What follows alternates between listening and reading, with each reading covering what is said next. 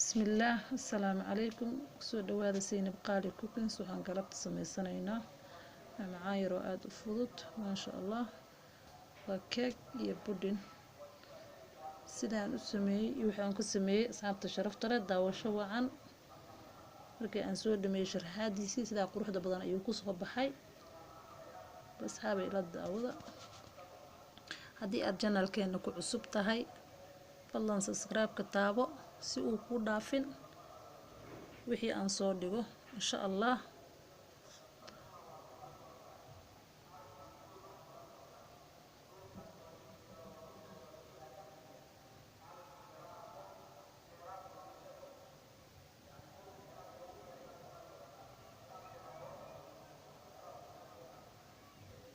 waxa weelka igu jira farxabo ukun ah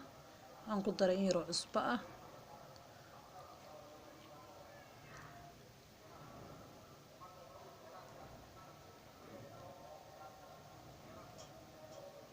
waxaan ku darayaa sokor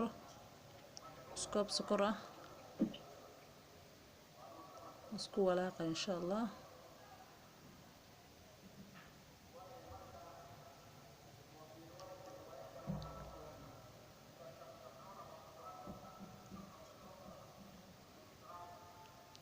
waxaan hadda ku darayaa caano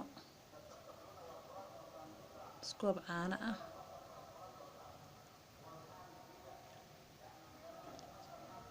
waxaan ku darayaa in yar oo saliid ah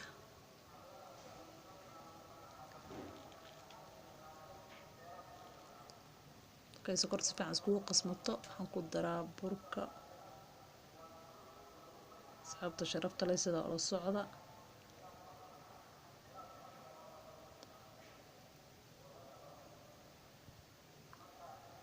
waxaan ku daray in yar oo vanilla ah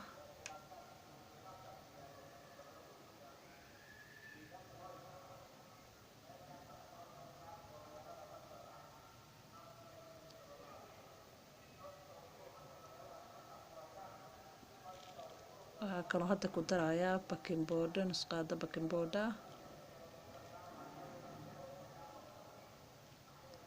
walaaqayaa si fiican ayaan isu dhexgelini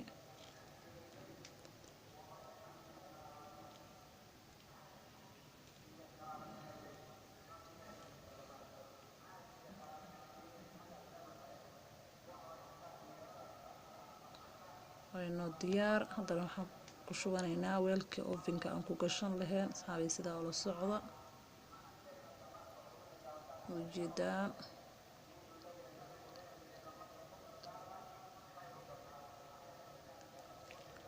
hadda waxaan gashanaynaa ovenki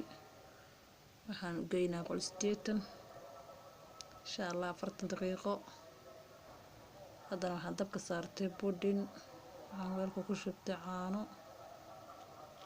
ku daray in yar oo sokor ah 3 qaado oo labaniyad ah ama kasta bood ah hadba sida u taqaaniin asxaabta sharafta leh in yar oo cusbo ah hadda waa inoo diyaar wahasheena way karaysaa laba kalar ayaa aad u jeedaan waxaan ku daray chocolate kalar baan u yeelayaa asxaabta sharafta leh sida ula socda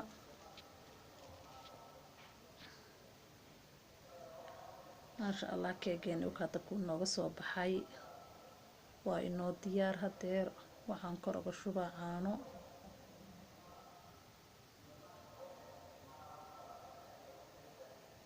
juice aad kor uga shubi kartaa caano waxaad jeceshahay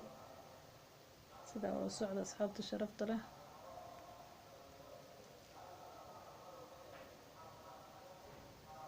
haddana puddingkii ayaan ku shubay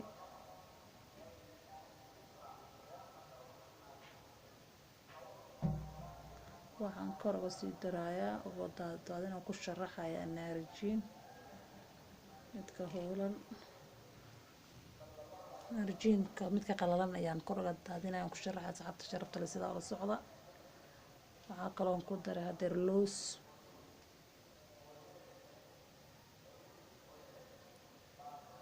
kor uga sii sharaxay jam